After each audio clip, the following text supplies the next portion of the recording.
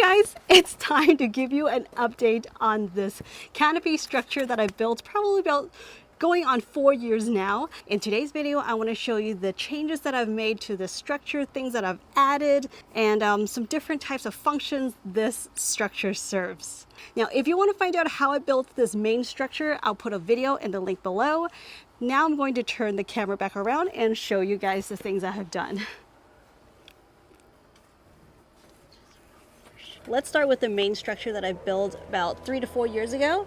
It was basically just a square frame, and I was using these connection joint things, which I purchased online, and I'll put a link below to where you can get it. And it's been really sturdy, as you can see. This is approximately a 6 by 6 feet structure. The original idea was to keep this on long term, and I'll put a canopy on top for shade whenever needed. But throughout the years, I've changed out many types of plants here, and now I'm growing strawberries.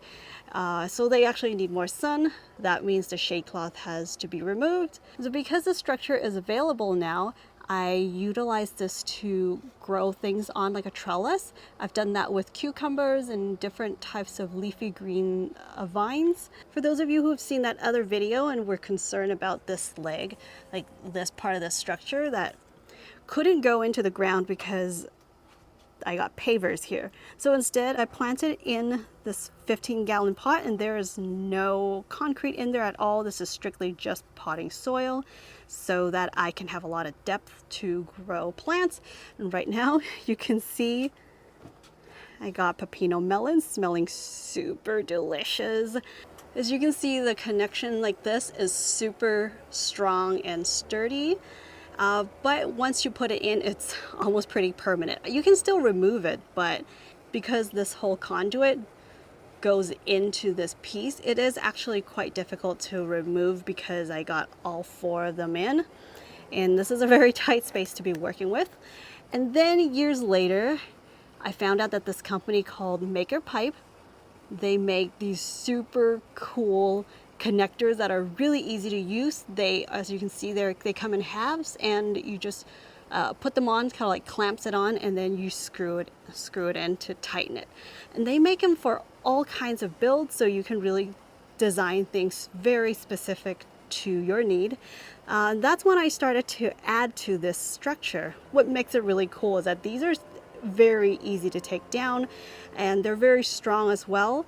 I started to add them in like that to go make the structure go across, and I had these on this width that's so that it could support these like trays, so I can double it as another growing space. So I got starter plants growing right up top, and then on the bottom it just kind of works out perfectly, giving shade to sometimes hanging pots or my air plant collection. Then let's come on back down here. With these MakerPipe connectors, I was able to kind of double this as a shelf. So I built storage room. These are all like my pots and compost and whatnot, just random things on the bottom for storage. I got my 2 vermicomposting systems. Let me show you the different connectors that they have. This one helps you build those corners. You can see there's one piece that goes like this right angle, and then the other piece, you just screw it on to clamp it together. And then on this other side, this is the other leg of the structure. So that's one of the original builds. Then I start from here, another right angle. They make them in 2 colors, the silver or the black. And this is another right angle. This is the type of connectors I use the most. Vermicomposting systems, and I need to move that. I got some plant starts that gets quite a bit of shade here, so they really enjoy that. This is my hydrangea. I even got like a rose in the back. Stays like pretty cool in the back there. Here's my rose. See that root there, those roots? This is just like about 5 weeks. So it's doing really well.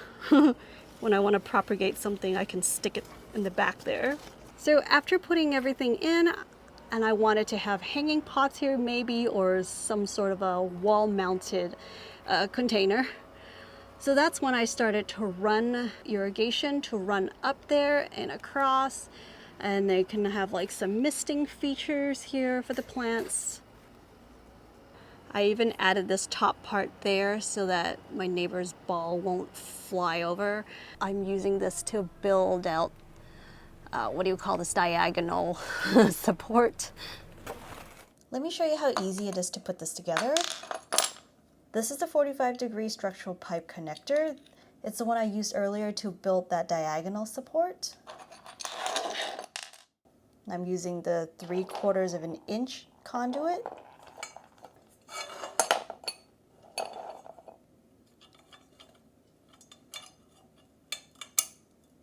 That's it, you just put it together like this. The other end, you want to insert this conduit, put the screws on to clamp it together. Each connector will come with the hardware.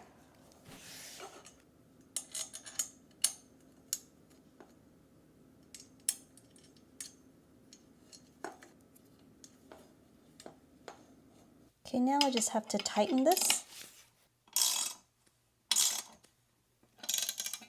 Okay, just gotta make sure that it's on really tight. That's it. So after putting it together, if you ever decide to take this apart to modify or use it somewhere else, you can just simply take it apart.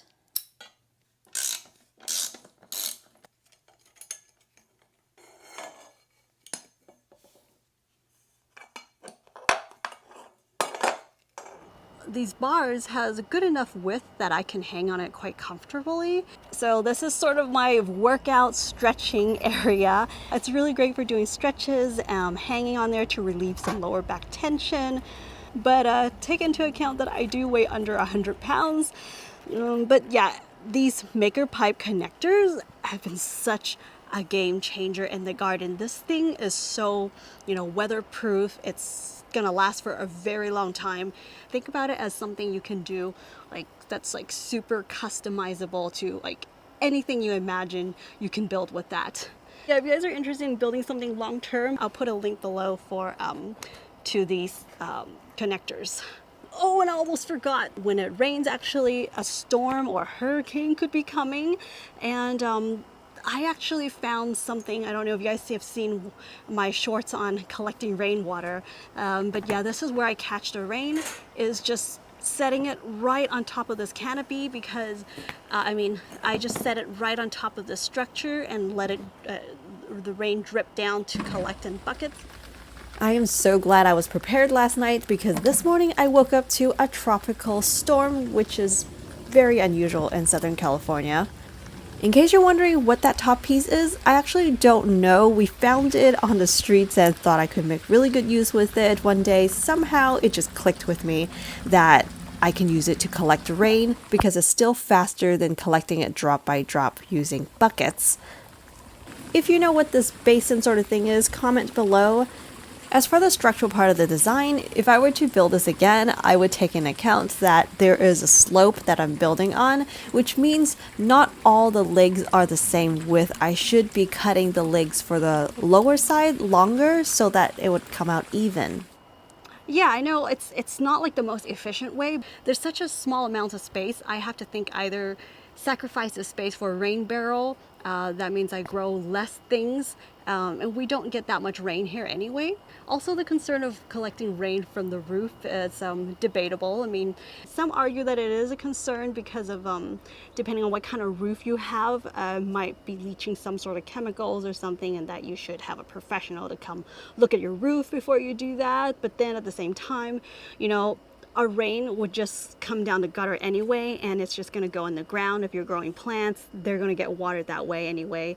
It's not like you collect that rain and drink it. So yeah, so probably not so much of a big deal to me, but with me, the biggest issue is that I don't have the space to do that.